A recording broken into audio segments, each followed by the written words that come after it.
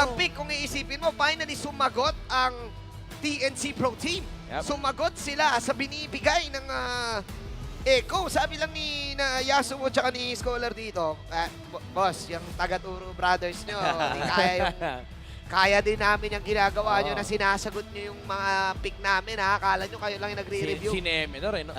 Scholar pa naman eh. Scholar ba naman si Scholar eh. Tama, Hindi lang kami puro kaldag dito, boss ha. Yung mga drafting na yan ha. May plano yun kanina, di lang gumana eh. Hindi nyo kasi pinanood sa 20 tips eh. Oo, ito, Tama. may plano din. Si boss, paano? Grabe, boss, Uso na talaga flex ngayon eh, no? Parang Oo. napapansin ko, Oo. halos lahat ng mga teams, mga players, nagpi-flex na, no? Hindi lang sa drop yung flex eh. Hindi lang. Pati Pati sa sa- muscle eh. Totoong buhay, si Plap ang nagsimula niyan eh. Oo nga eh. Tinuro ba naman yung CR eh? Oo, kaya nga eh. Oy, oy, oy, oy, oy, oy, oy, oy, oy, oy, oy. Brody, okay. Diggy. Brody at Diggy, sabay Claude ba? Ano to, mag-a-Atlas ba? Supra, Atlas, Cho. Grok. Feeling ko, ang laki ng access ni JP sa tank pool kasi pwede ka mag-Mido, good against Edith, good against Fanny, pwede ka mag-Kupra, good against both, pwede ka mag-Grok, good against both. Actually, maganda yung Grok kasi pag kinuha na nila yun, wala nang counter sa Martis. Yeah. Pero again, kung babalikan natin yung game number 1, nasagot eh. I mean, may mga sinagot both parties dito. Uy, wow! Pero ito Wow! yung isang sagot. Kilala natin, isa sa mga signature hero ni Daddy JP, Cho. At dito siya nakilala bilang Air JP. At mukhang gagamitin niya ang Echo skin. This time, it's your best answer to the Fanny. Kaya rin binan nila yung Diggy. Ready ba ang Fanny dito ni King Kong? I feel like doable. Actually, mahirap na i-contest yung heroes ng Echo pero kaya niya mag-snipe ng gold laner. Siyempre, hindi mo naman lalaban ni Martis at Expert, no? Pero, you just gave an opportunity to TNC na kunin ni Kyrie yung Grok. Ay, sorry, ni Bentings. Yung, si Bentings naman kasi. Pwede mag-Grok si Bentings dito. Pero may Psycho. danger pa din kasi, again, may Expert. Yeah. At saka isa ang show sa mga heroes din na may kakayahang manggulo sa isang Fanny. Early stage, maaaring makita natin What? si JP na manggugulo. Pero Harit, Wow, alright. Something scaling new. hero. Something new. What? Kari naman ang pinili ng Echo. Ito si Midnight, dalawang beses nag-what? What? Midnight. What? Okay, internationally speaking, okay, alam ng buong mundo na ang lane matchup between Kari and Harit is Harit favored.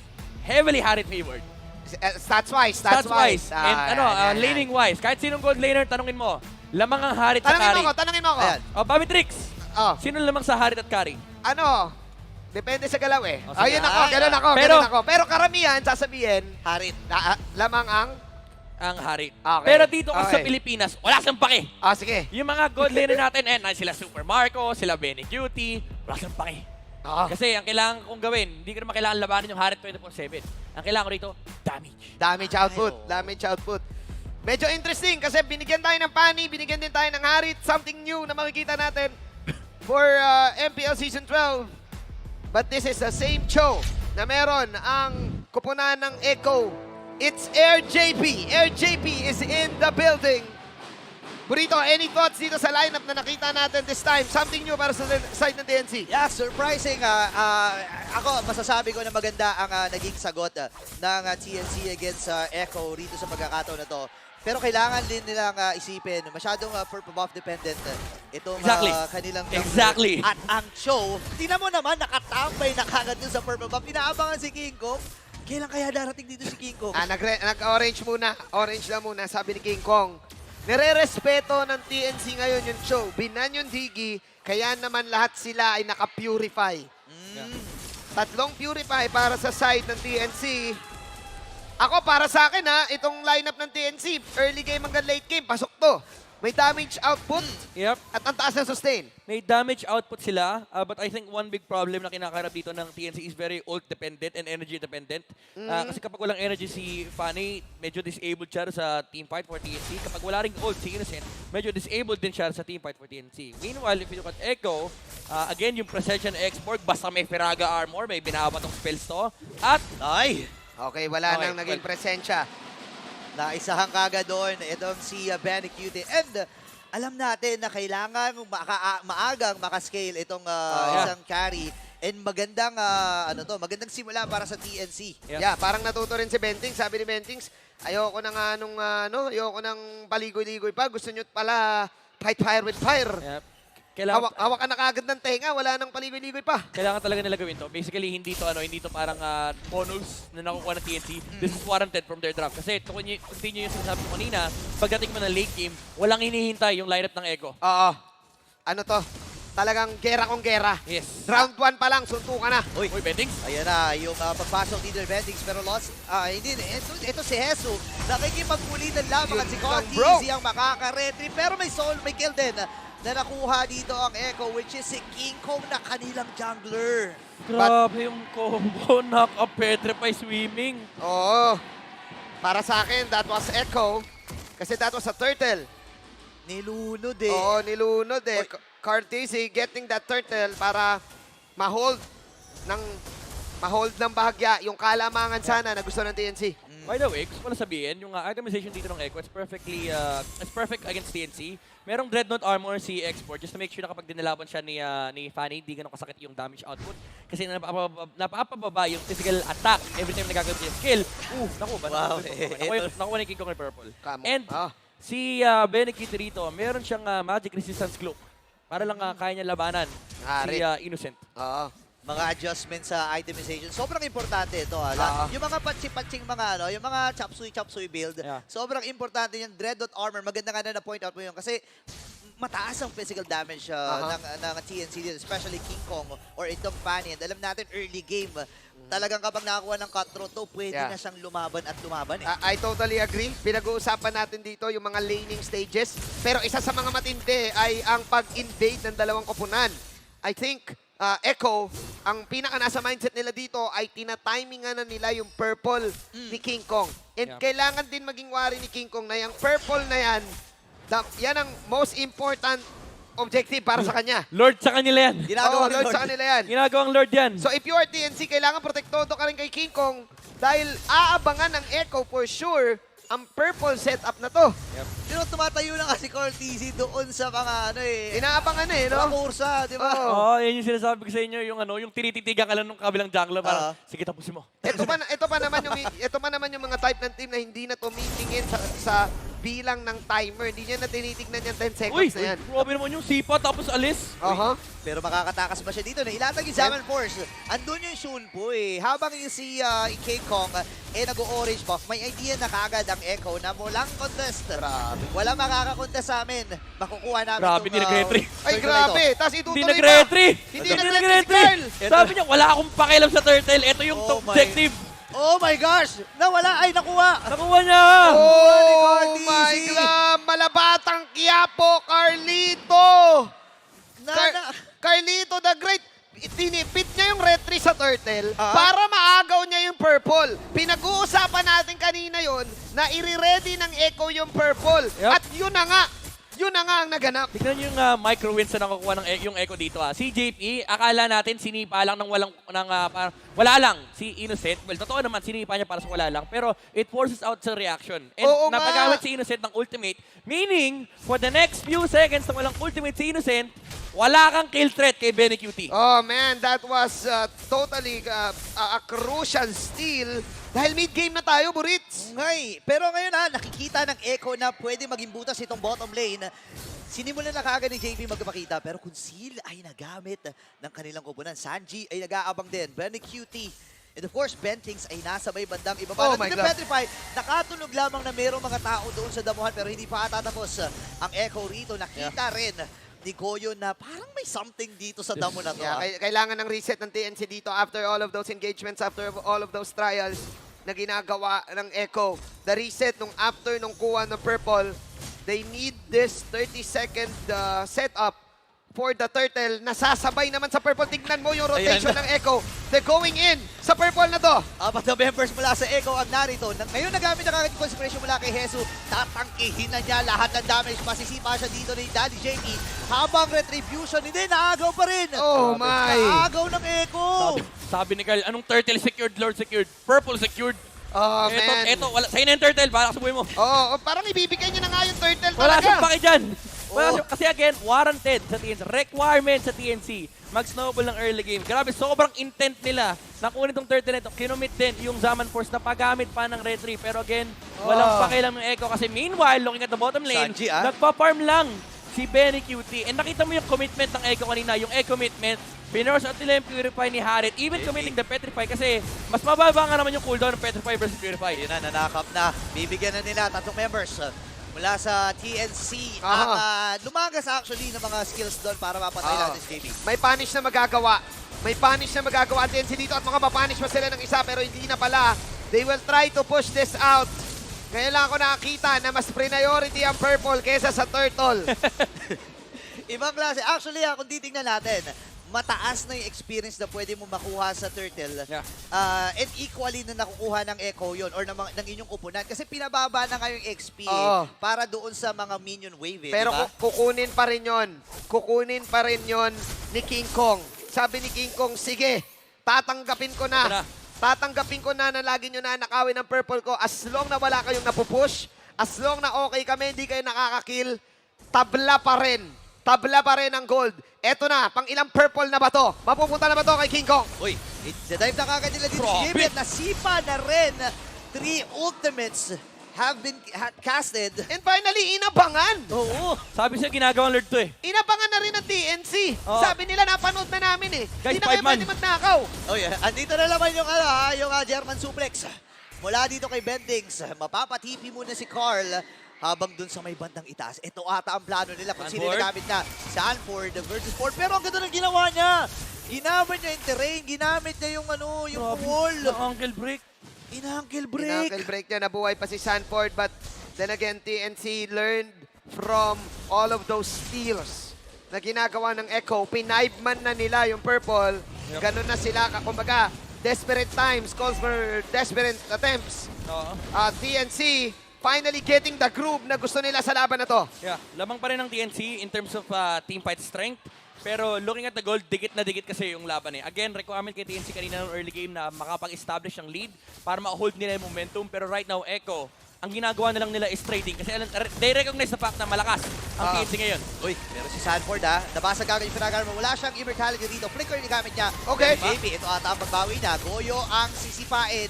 Pero bitin ata sa follow-up. Naku, may- Ang mga Orcas dito. May mukha ni Habang- out. Pero si King Kong ay babasag muna doon sa may bandang gitna. Ito na yung pinaka-nakakatakot na Valentina sa history ng MLBB. Oo, yung may Goyo. katabing mukha ni Export. Ay! Kasi iikot yan. Oo, Sumusubok iikot yan. dito. This time ang Echo. At ngayon si Bentix, ang kinakalmot-kalmot dito ni Carl Easy Goyo, mapapalos insanity. So magagamit kagad yung pang-initiate sana. Concealed, Habang si JB dito naghahabol. Bentix ay dadampa. Ngayon, bababa na sa 9K yung gold. I mean yung buhay dito ng Lord Lost Insanity. Timingan na talaga pero si Sandy dito makakuha habang sasabay na ang TNC. May lahat ng Summer Force pa makakuha rin. Si Carl Lito the Great. At dito Benny! na si Benny! Magnum Benny. Makakapatay din ang isa dito si Sanford. Ngayon, takuha mo na sila. Jesus at si Goyo kaya atras dalawang makukuha doon ng mga Orcas. Susubok pa si King Kong though. Eto na ba si King Kong? Nakaw steal. Kanina nyo pa ninakaw purple ko. Tingnan natin. Kaya niya ba? Ay, naku, nauubos ang buhay pero makakatakas Windows Cables. Goyo! Habang critical pala si Card Easy. Pero hindi susuko dito ang Echo. Pero si Goyo makakabawi din naman ng isa. Look at that. Napoproc Sakit. talaga yung Ice Queen 1. Hindi makatakas si Hes. Grabe! Ay, wala naman siyang gagawin doon. Pero si Sanji at tatapos. King Kong is down. I repeat, King Kong is down. Oh my God, no! Oh man, hindi pa rin tinitigilan ng Echo. Dahil alam nilang may mga buhay pa sila na dapat sana TNC ang mas maraming buhay dito sa laban na to at sinasabayan ng Echo yung Lord sa bottom lane. 2 minutes na lang para sa next Lord. Ang tagal din mag-respawn ng Lord so pumabor pa sa kanila yung RNG ng pag-respawn. Pag-cutthroat ni Pani, tinamaan siya ng Petrify. Oh my gosh, grabe yung timing. Sanji special. Wow, equal lang yung kill score natin. Pero ang daming naganap. Ang daming nangyari sa laban na yon but all are in favor doon sa mga micro leads na hinahatid ng Echo. Walang nangyayaring explosive team fight. It's all about the micro leads na nagiging macro para sa laban na to. Ito na. Trading is everything for Echo. Yun ang kanilang itsura ng gameplay ng Echo. Makikita nyo, nandyan sila sa purple, nakahiwalay yung carry. And yung team fight ng TNC kanina, it's very awkward for them kasi yung main damage output nila, which is primarily yung Pani, heavily reduced yung kanyang physical attack kasi ang daming Dreadnought armor, ang daming steel leg plate sa side ng Echo just to make sure na nami-mitigate nila yung burst damage potential Oo. ni Fanny. Pagdating naman sa Magic, meron na ring Athena Shield sa mga importanteng heroes on the side of Echo. Pero this is all in the name of allowing BNQT to farm. Napakataas ng farm nung carry ng Echo. Susubok ang TNC. Subok ang TNC. Quiet lang muna ang Phoenix Army. Kunyari, hindi natin to nakikita. Dahil susubok ang TNC pumick off. Pero sabi nila, practice lang. Naghahanap lang dito ang TNC. Pero alam ng Echo hindi na tayo pwede maghiwa-hiwalay. Dahil alam natin, nakakakuha na rin ng mga items dito si King Kong. And kahit sino sa kanila, pwedeng i-take down lang ng bigla-bigla. May mga bait pa nga na ginagawa dito si King Kong. Pero going back, gusto ko lang din sabihin na kahit 3 members sa kanila ang purify, ang dami mo kasi i-consider Andyan yung knock-up ni Sanji. Yeah, Andyan yeah. din yung Sipa ni JP. Yeah. So, ikaw na yun Kumbaga kapag napindot mo na yung purify mo, i-call ka agad ng Echo, okay, wala Wala nang purify. purify. Pwede na to. And doon pumapasok again yung commitment ng spells na hindi Oo. nagtitipid yung Echo. Kaya kung kailangan may purify para ma-force out, petrify, Oh! purify. Ayan na naman yung flavor. Exactly, the same as as like that. Kasi si JP sabi niya, sige, sisipahin ko to para walang purify. Nagamit na kagad yung purify dito habang itutuloy na ni Benny Cutie Call TC with that Luminous Lord. Pero parang hindi ata susuko dito ang TNC. Hindi. Atras pa sila. May damage, Andito na naman yung pagsugod. May buhay pa May buhay pa yung TNC. Go sila dito ng conceal though. Pero nasan yung stun? Yun na! Ay nako, si Bentix! Makakakuha siya dito ng isa. Innocent again. Makakakuha ng pangalawang kill niya. Pero mapamatay ni Score TC. Ito na yung pagbawi ng Phoenix Army. Wala Benny! na Piano Armor. Pero meron Benny! pa rin. Immortality yan si Benny Cutie. Nakikipagsabayan. Bagyong Benny. Pero doon yung control para iligpit ang bagyo. At eto, umuusok-usok lang. Pumapaypay lang si Sanford. Inaapoy ni Sanford. Ay! Pinapaapoy ni Sanford. Hinahabol si Bentig. Sabi ni Sanford, purple kayo ng purple. Try ko sa orange. TNC, ladies and gentlemen. King Kong with an outplay doon kay Benny Cutie na iwasan ang bagyo. 4 na members mula sa Echo ang kanilang napatumba. Sapat din yung mga kits nila para ma-eliminate itong Luminous Lord na ito. Oh my Pero God! si Sanford, di pa pala sa tapos. Oh my God! Oh, yung ulti! Na-timingan! Oh my Dito, God! Fabio Immortality at si Bentix with that knock-up. Andun muli yung German suplex. Pero makakabawi din. Kahit mamamatay na siya, ay nakakuha pa siya at nakasama sa hukay niya. Was that worth it though? Was that worth it para kay Sanford on getting Bentings? It was an XP laner to a tank. That was an attempt mula kay Ford and nice save mula sa TNC. Tabla na ang laban, ladies and gentlemen. Grabe si Bentings. Yung ultimate para matanggal yung stock. Reduce yung damage ng last insanity, pre. Ang pogi mo Ito dun. yung sinasabi natin. May mga tinatago pa si Bentips. Ang pogi mo doon, Bentings. Grabe, no? Yung maliit na shield ang nagligtas. Oh my God. With that Primal Rat, the ultimate. Wow. Kakaiba. Grabe na tong laban na to. Kakaiba. Pero gusto ko rin comment si Benny Cutie kanina. Meron siyang small microplay, kaya niya napatay si Innocent. Hindi niya, hindi siya natakot. Hinarapan niya yung carry. Paggamit ni Innocent ng dash and nag-first kill siya, nag-dash in yung carry. So hindi tumama yung first kill combo. Oo, Tapos napatay na-dodge. pa siya ni Benny Cutie. Buti na lang nandun si Innocent para sa control. Pero Ueso. Purify. Nagamit niya yung Purify dito. Ay, Okay. mahabol, Oh, trigger. nagamit. Sanji, Oh. mapapa-rob wave. So kulang ang kits para sa burst mula sa Echo. Oh man, ang Bilis bilis. yung reaction, ha? Ang bilis talaga ng mga pass hands ng bawat kupunan na to. Makikita natin na sumusugod ng TNC. It's the late game this time. Ngayon, meron na silang mga buhay to withstand the pressure, to withstand the early game na ini-snowball ng Echo. Yeah. Black items na rin kasi karamihan dito. So it's all about the pick-offs. Good thing talagang may Purify at may dahilan kasi kung bakit Diggy ang binan ng Echo. Dito na nakakatakot si King Kong. Hindi na nagmamatter yung mga na-steal na purple kanina kasi anytime, pwede nang i-2 hits na lang, i-3 hits na lang ni King Kong yung purple na yon. Yep. Let's see kung magiging viable pa rin itong Fanny na to kasi kayang-kaya niyang i-backline si Benny Cutie. In terms of damage output, meron silang capable sila pumatay ng mga heroes laban sa Echo. And ang problem ng lineup ng Echo ngayon is ang damage dealer na lang talaga nila dito is si Sanji pati na rin si Benny Cutie. Even si Jesus, kaya na nila mag-survive. Again, may mga insurance yung TNC dito with the Purifies. Pero dito na nagmamatter yung mga round 2, yung mga immortalities. And I think it's beneficial for both sides. Pero crucial to Oh my God! for Echo. Oh, JP, ang sakit! Oh my gosh! Grabe yung damage na nagmumula sa TNC. Pero si TZ ay nandun sa Lord. Sanji ay bababa yung buhay ngayon. Kulang ata ang mga members ng Echo para dito sa Lord kung sino gagamitin. Bentings dito. Pero may ispatan na sila ng mga members ng Echo. Dito rin si Benedict sa may padalikuran. Habang si Innocent ay mamamatay. Kulang ng damage dealer dito ang TNC. Pero Lost in Sunny gagamitin rin ni Goyo. Habang si Bentings. King Kong! King Kong ay nandito na. Ay! Pero what an outplay mula sa bagyo. At si Benedict hindi makakuha ng isa. Sanji ay nandito na rin. And more man down. Plus the Lord. Ay, hindi na umabot sa bagyo yung paglipad ni King Kong. Yung bagyo pa yung umiwas kay King Kong. And Carlito the Great will reach, of course, his 1,600 kill para sa buong MPL. It's still Echo getting this lead. Grabe yung abang ni Benny QT. Nagbabadya yung bago eh. Pagpasok ni King Kong, nandun siya sa gitna. Gitnang-gitna siya. Ang daming shuriken na tumagos sa kanya. Tumama, oo nga eh. Akala ko nga yung bagyo pa yung umiwas sa pani. Sinabayan pala. Sabi nga, grabe nga yung tapang niya. Sabi niya, sige, halika rito, laban tayo dito. Pumasok yung TNC sa mata ng bagyo eh. Hindi ka pwede pumasok dun. Mata yun eh. Mata yun. Pero again, kitang-kita natin na ang Echo rito, napakaganda ng micromechanics. May mga pag-iwas silang ginawa.